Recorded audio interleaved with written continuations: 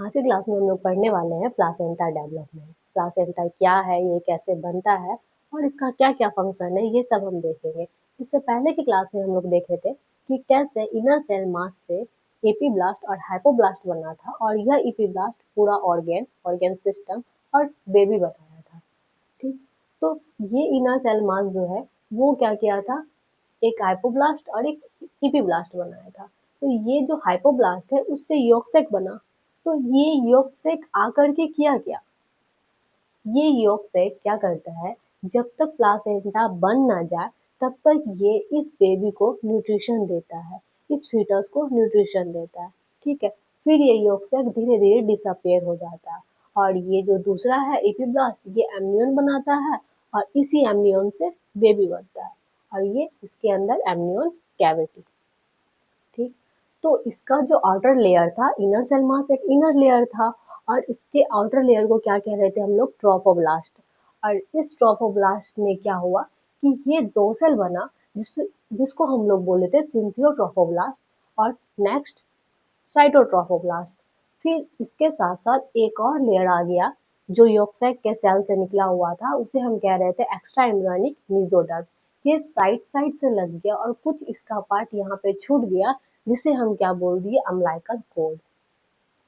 अब ये extra embryonic mesoderm और सिंसियोट्रोफोब्लास्ट, साइटोट्रोफोब्लास्ट, ये तीनों मिला के क्या बनाया, कोरियन। फिर ये कोरियन आगे जाके फिंगर लाइक प्रोजेक्शन बना दिया, विलाय जैसा बना दिया, तो इसे हम क्या बोल दिए, कोरियोनिक विलाय। फिर ये कोरियोनिक विलाय बनने का मकसद क्या है, क्योंकि यही तो आगे जाके कंप्लीट प्लासेंटा को बनाएगा।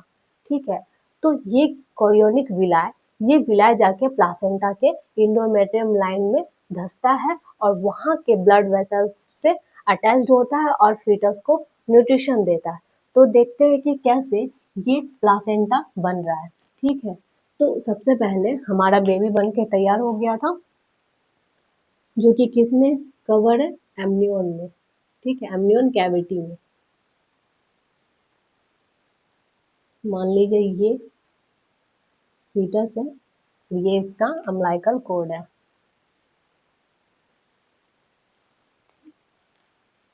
क्या हुआ, ये जो इसका एमनियन है, ठीक है, ये एक लेयर बना देता है प्लासेंटा का, मतलब ये प्लासेंटा से अटैच्ड होता है, तो हम कह देते हैं कि ये इसका लेयर है। ठीक, और यहाँ से सबसे पहले जो लेयर होता है वो एक्स्ट्रा एम्ब्रियोनिक मेसोडर्म का होता है। ठीक है, फिर इस मतलब ये जो पूरा स्ट्रक्चर बना, ये पीछे से डिसअपेयर हो जाता है। ठीक है, और ये आगे जाके फिंगर लाइक बना रहा है, ये धीरे धीरे डिसअपेयर हो जाएगा और यहाँ पे एक प्लेट जैसा बना देता है। तो जो सबसे पहले प्लेट रहता है वो किसका रहता है, एक्स्ट्रा एम्ब्रियोनिक मेसोडर्म का। ठीक, फिर उसके ऊपर ऐसे करके ये फिंगर लैग प्रोजेक्शन निकल रहा है। तो अंदर में कौन सा निकल रहा था, कौन सा सेल का, साइटोट्रोफोब्लास्ट का। तो ये ऐसे करके फिंगर लैग प्रोजेक्शन बनाता है, जिसको हम क्या बोल रहे हैं, विलाय। और साइटोट्रोफोब्लास्ट के बाहर क्या था, सिंसियोट्रोफोब्लास्ट। तो ये भी इसको ऐसे ही कवर करेगा,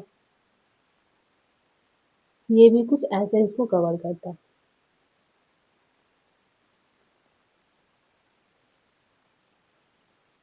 ये कंप्लीट यहाँ तक इसको कवर कर देता है।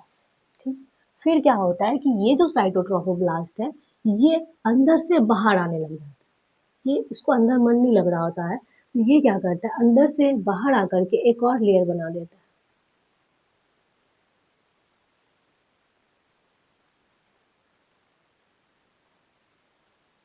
ये साइटोट्रोफोब्लास्ट का ही लेयर है।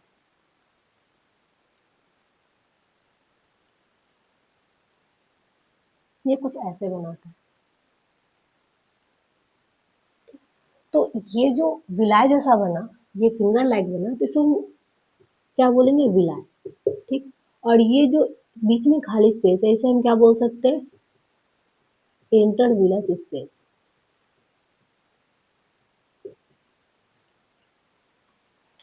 ये बन गया। फिर ये धीरे धीरे कहाँ जा रहा है, इंडोमेट्रियम में। तो यहाँ पे क्या होता है कि इंडोमेट्रियम का एक और लाइन ऐसे कवर कर देता है। ठीक है, थोड़ा सा ये स्लाइटली ऐसे नीचे की ओर कर्व रहता है स्लाइटली, क्योंकि यहाँ पे विलाय बना हुआ है तो ये थोड़ा सा उसके तरह बनने का कोशिश करता है, तो ये ऐसे कवर हो जाता है।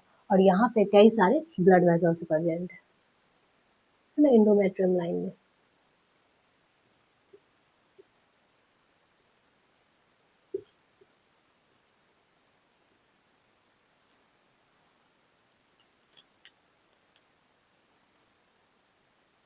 फिर ये जो अम्लाइकल कोड है, ये अम्लाइकल कोड बाहर ऐसे ऐसे आता है और ये ऐसे एक्स्ट्रा एम्ब्रियोनिक मेसोडर्म के लेयर के ऊपर ऐसे रहता है और ये इस विलाय में धीरे धीरे ऐसे इंटर करता है, इस विलाय में घुस जाता है और ये विलाय में गया और यहाँ से ये क्या है इंडोमेट्रियम का लाइन डेसिडुआ, डेसिडुआ बेसालिस। ठीक है, ये डेसिडुआ बेसालिस क्या है ये हम लोग पढ़ेंगे इंडोमेट्रियम में। ठीक है, जब इंडोमेट्रियम के बारे में पढ़ेंगे फिर। तो ये क्या हुआ कि ये जो डेसिडुआ बेसालिस का एक लेयर है उसी लेयर में क्या है डेसिडुआ बेसालिस क्या है इंडोमेट्रियम, और इस इंडोमेट्रियम में क्या प्रेजेंट है कई सारे ब्लड वेसल्स। तो ये ब्लड वेसल्स ऐसे आके निकलता है और इस विलाय से यहाँ से क्या ब्लड वेसल्स निकला हुआ अम्बिलिकल कोर्ड से फीटस का, ये ऐसे यहाँ निकलता है और यहाँ पे प्रेजेंट है साइटोट्रोफोब्लास्ट। तो ये क्या करता है एक बैरियर का काम करता है। क्या कर रहा है साइटोट्रोफोब्लास्ट बैरियर बना रहा है और बैरियर बना के क्या कर रहा है डिफ्यूजन के थ्रू इससे न्यूट्रिशन ले करके इसको दे रहा है। ठीक, और इससे वेस्ट ले करके इसको दे रहा है। यहाँ पे कई सारे आर्टरी और वेन प्रेजेंट है। आपको पता है कि अम्बिलिकल कॉर्ड में 2 आर्टरी 2 वेन रहता है, फिर एक वेन जो है वो डिसअपियर हो जाता है। ठीक, तो ये अम्बिलिकल कॉर्ड से निकला हुआ आर्टरी और वेन है और यहाँ से न्यूट्रिशन जा रहा है और वेस्ट आ रहा है इसमें। तो इस तरीका से ये क्या बन के तैयार हो गया प्लासेंटा, जिसे हम क्या बोल दिए प्लासेंटा। ठीक, तो ये जो बना ये जो है इस तरह का स्ट्रक्चर इसे हम क्या बोल देते हैं सेप्टम, है ना।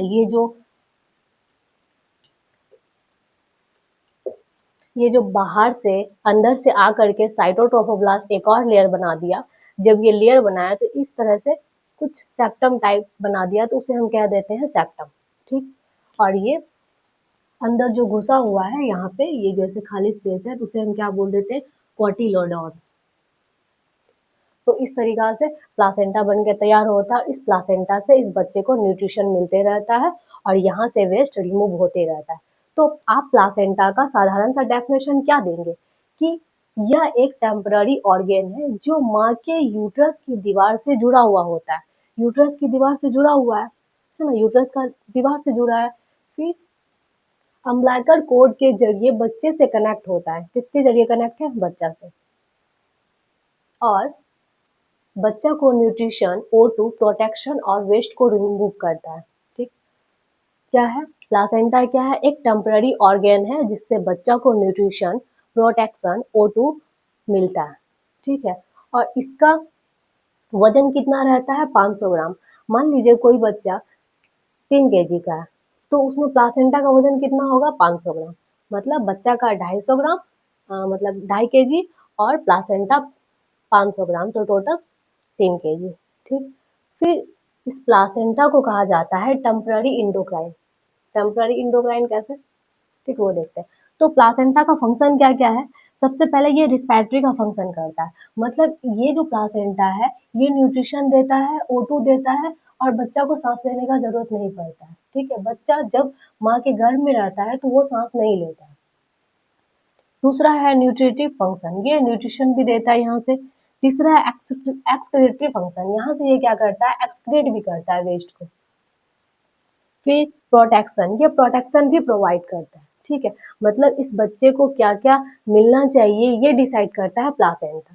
ठीक है, ये इंटरनल मदर है, एक मदर तो बाहर है वो तो उसका मन हुआ वो कुछ भी खा लेगी, लेकिन प्लासेंटा वही बच्चे को भेजेगी जो बच्चा के लिए जरूरी है।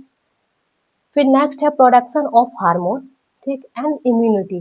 प्रोडक्शन ऑफ इम्यूनिटी, ये कुछ इम्यूनिटी का भी प्रोडक्शन करती है ताकि इसे कई तरीका के बीमारी से बचाया जा सके। फिर है हार्मोन। आपको पता होगा कि ये जो प्लासेंटा है वो हार्मोन का सिक्रीट करता है ना। इससे पहले कॉर्पस लूटियम कर रहा था, और कॉर्पस लूटियम क्या कर रहा था, प्रोजेस्टेरोन एस्ट्रोजन क्यों करता था, ताकि इंडोमेट्रियम बना रहे, और इंडोमेट्रियम बना रहेगा तो ये जो पूरा प्रोसेस हो रहा है, बच्चा बन रहा है, ये सारा कंटिन्यू रहे। ठीक है, तो इसे हम टेम्पररी इंडोक्राइन ग्लैंड्स बोल सकते हैं क्या?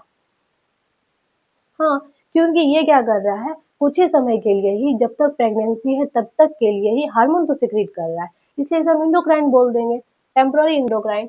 तो ये कौन सा हार्मोन सिक्रीट कर रहा है? पहला एचसीजी। एचसीजी क्या करता है, इस प्रोजेस्टेरोन एस्ट्रोजन, मतलब इस प्रेगनेंसी को मेंटेन रखता है, फिर प्रोजेस्टेरोन एस्ट्रोजन को मेंटेन रखता है, फिर ये एचपीएल, ये क्या है, ह्यूमन प्लासेंटल लैक्टोजेन। ये क्या है, प्रेगनेंसी के दौरान आपने सुना होगा कि ब्रेस्ट का साइज भी बढ़ता है, तो ये ब्रेस्ट इनलार्जमेंट में कौन हेल्प करता है? एचपीएल। ठीक, फिर एक और हार्मोन सिक्रेट होता है प्रेगनेंसी के दौरान, जो कि ओवरी सिक्रेट करता है। ये रिलैक्सिन हार्मोन है, जो कि क्या करता है कि ये जो सर्विक्स का साइज छोटा है वो बड़ा हो, ठीक है, क्योंकि बच्चा को बाहर आने के लिए उसका साइज बड़ा होना जरूरी है, तो वो क्या कराती है, सर्विक्स के साइज को बड़ा कराती है। ठीक, तो वो कौन रिलीज करता है? ओवरी। ये एक्स्ट्रा में था, इसलिए मैं यहाँ पे बता दिया। ठीक, और आपको ये याद रखना है कि प्लासेंटा का साइज कैसा होता है, डिस्क्वाइड शेप का। तो आज की क्लास में इतना ही। नेक्स्ट क्लास में हम लोग पढ़ने वाले हैं नेक्स्ट टॉपिक। ठीक है, तो थैंक यू।